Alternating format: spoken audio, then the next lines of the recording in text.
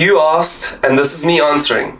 So thanks everybody who participated in my question on Instagram the other day where I asked you to submit some questions for my Q&A, and this is the opportunity I'm taking to answer every single one. So the first question I was asked by Cecilia from Sweden was, is it raining in London? Sweden is full of snow. And the answer is yes. It is raining in London and the weather is miserable. It's mid-January, middle of winter, the days are extremely short, which means I'm always cooped up at the office when there is the occasional sunset, and on weekends the weather has been really overcast, grey, rainy, which made for terrible photography conditions, so I thought, why not use the opportunity to stay indoors and do this Q&A with you guys. Sweden being full of snow though sounds a lot more lovely, and I'd love to be there right now. I was in Sweden in winter last year, took some photos over there and did some work over there, and it's just an incredibly beautiful country. If you want to see those Sweden videos, head over to my YouTube channel and scroll all the way back and you'll be sure to find them back there. Laura asked, where is this beautiful rooftop overlooking St. Paul's Cathedral? And yes, this is actually one of my favourite spots in London to photograph, and always a show winner when there's a sunset out. St. Paul's in the foreground, beautiful lit up sky in the background, you really can't go wrong. And you'll be able to find this rooftop in a shopping centre called One New Change. So just head into the shopping centre, take the elevator to the top floor, and there's a free roof terrace that overlooks St. Paul's Cathedral, the Shard on your one side, and if you look really far into the distance, you can even spot Big Ben and the London Eye as well. So abundance of photo spot and a really great spot to come, especially around sunset, when you got the sunset in the background. Mary asked, would I photograph St. James Park at dusk? Well, to be honest with you, I have tried this spot many times before, and St. James Park is incredibly beautiful. There's a little bridge that stretches over the pond, and on the one side you got Buckingham Palace behind you, and on the foreground you got the Horse Guard with the London Eye stretching out behind it. And at dusk is obviously a beautiful time to photograph, and then you can get some reflections of the London Eye reflecting into the pond water, which is just beautiful as well. And I've tried to take the shot many times, but I've just never been happy enough with it to post it on Instagram. I could just never really put my stamp on and say this shot I'm very proud of, but that just might be my personal preference. If you like this spot, do check out St. James Park and you might get a photo you're really happy with. Sure is a beautiful place anyway. Jason asked, how long did it take you to master the camera?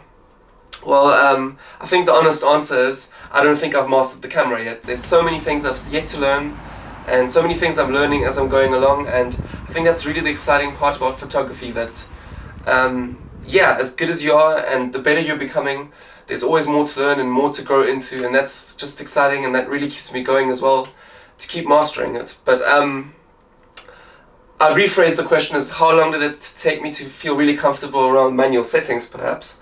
And that took me about a year of photographing every week, trying out all the different things, understanding how ISO, aperture and shutter speed, and especially the combination of these three things, affected my photos, and various other things you want to keep in mind regarding focusing points and stuff like that, that drive your photos. So there's a lot to learn, and I think it takes a lifetime to master. But yeah, I'd say my answer for me personally was, after a year I kind of felt comfortable to know what I'm doing, and after 2 years I'd say I was comfortable enough to start photographing weddings, where you really need to know your settings inside out. Camera really needs to be an extension of your hand. You don't have time to think, and you just need to be there dialing in the settings like it's second nature and just firing away those shots. Arneda, I hope I pronounced that right, sorry if I didn't, asked, will you accompany me on a ride on the red bus? Absolutely, but my question to you is, where's the destination?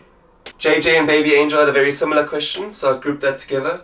Where do you get inspiration from these days, and how do I stay positive? So I think this question relates back to one of my previous vlogs, where I kind of touched on the fact that I sometimes really struggle a bit for inspiration in London, and that kind of just stems from the fact that I love shooting London and I've shot it to bits.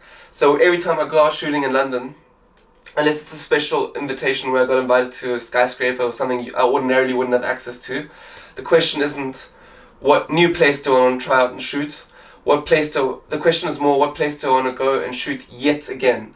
So that's kind of a hurdle every time to overcome. And yeah, so how do I overcome this? I think it's twofold. So part of me is just driven by FOMO. I see the beautiful weather outside, and if I'm cooped up inside, I'm just like, oh, let's just go for it. And inspiration's not going to find you by sitting alone at home. By getting out there and just being spontaneous and letting creativity find you, that's often inspiration enough.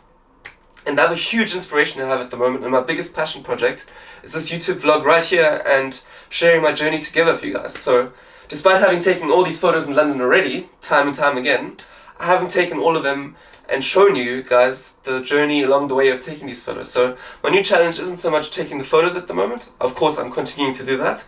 But a big part of that is also to share the story with you guys. And yeah, I'd say that's my passion at the moment. Admin and Matteo asked, what's my favourite spot in London so far? So, Admin's actually my colleague, so a little bit of a cheesy answer there. My favourite spot is in the office, hanging out with you, drinking coffee and talking shit. But from a photography perspective, my favourite place in London would be anywhere along the river. I think all the main landmarks are there, and that would be my advice to you, to go check them out. With all the various bridges, and you got the north side of the river and the south side of the river, there's so many different perspectives you can try out to photograph the most beautiful landmarks. The main ones to me being, of course, Big Ben, Houses of Parliament, London Eye, Tower Bridge. I think literally all the good spots along the river. You can even see St. Paul's from the river, Tate Moderns along the river. So much going on. And the main landmarks in London also actually quite compact and squashed into Zone 1. So a good stroll along the river for an afternoon will fill your camera up with lots and lots of beautiful photos. Tanya asks, how would I describe English people? Now I need to be careful to not step on anybody's toes here. But I'd say English people, well, speak very good English. Lame joke, I know. But also I'd say on average they have a very polite attitude and they can be very reserved as well. But also the British culture can also be very deceptive is a very negative word, but you can often say one thing but mean another. A lot of things are said behind closed doors. So that's something you just got to factor in mind, especially if you're considering the corporate environment here, where people aren't as straight shooting as perhaps in Amsterdam or Germany, where I'm originally from, where people are very straight shooters. They do state their opinion very clearly and very bluntly, and that is the complete opposite in England, where people have a lot more tact. Mark asked, are there any up-and-coming Instagrammers whose work really impresses you? So I'd say this guy isn't an up-and-coming photographer because his work's amazing already.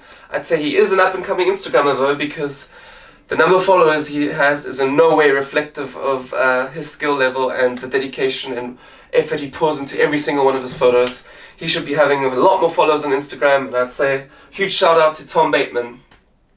I met Tom on a photography shoot where we all just got together to photograph cars, and funny thing that is, because I'm a cityscape photographer and landscape photographer and I love photographing cities, like London obviously, says it on the t-shirt, but also loves Paris and various other cities. What actually inspires me the most when it comes to other photographers is those who can do things that I don't know a lot about. So most landscape and cityscape photographers I have huge respect for, of course, and I love seeing their photos, and that serves as a lot of inspiration to me as well. But the ones that actually inspire me the most, believe it or not, are car photographers, because that's something I know very little about. But what I'm really inspired by is people's passion in general in life, and just seeing how much effort they pour into all their work, and just pour all that effort and quality and love into their passions, and how that just reflects in the output of their photos. It's just really inspiring to me as a person and as a photographer, and to me nobody does that better than Tom, because Tom's photos are insane. Go check out his Instagram if you love car photography. The amount of effort he puts into his supercar photos are insane, and they just look incredibly beautiful and jaw-dropping, and I wish him huge success on his continuing career in the car industry. I think there's big things to come for Tom. Colt asked, I did stalk you up on Instagram quickly, Colt from Edinburgh asked, have you ever considered capturing anything in Scotland? And the answer is yes, absolutely I have. The two places that strike me the most beautiful in Scotland is definitely Edinburgh. It's similar to London. Oops, I hope I'm not offending any Scots, but the similarities for me are just the quintessential British architecture, some really beautiful side streets, and yeah, just that old city flair that's just timeless and quintessentially Scottish and British, depending how you see it. That really strikes me as being very, very beautiful. And I also think Scotland has some amazing nature as well. Especially the Isle of Skye definitely stands out for me, and also a place I'd love to visit. But when it comes to visiting and travelling places, I also sometimes find you're very much confined by the time you have available and the money you have available to travel to all these places.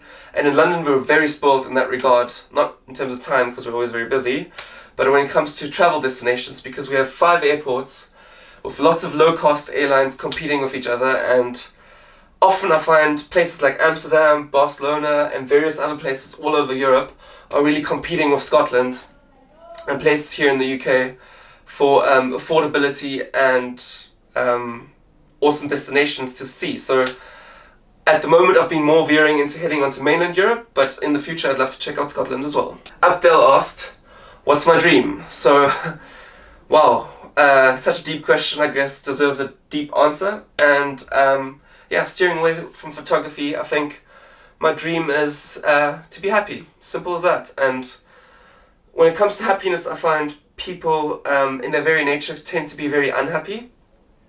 People always seek this happiness in the future where they want more free time, more money, less stress than they have right now in the moment. And I guess my dream and my goal is to take a step back, stop and just be grateful for what I already have in life and acknowledge the things that I can be really happy and grateful for that I have in my life already. So that's my dream. Be happy and be appreciative of the things we have instead of being unhappy about the things we don't have. Satyajit asked, where have I all travelled to in Europe? I have travelled to Germany, Cyprus, Austria, France, Denmark, Iceland, Norway, Sweden, Spain, Turkey, Belgium, Netherlands, Luxembourg, United Kingdom, Ireland and Italy. So that's not a very qualitative, insightful answer, but let me tell you two of those countries that do stick out for me.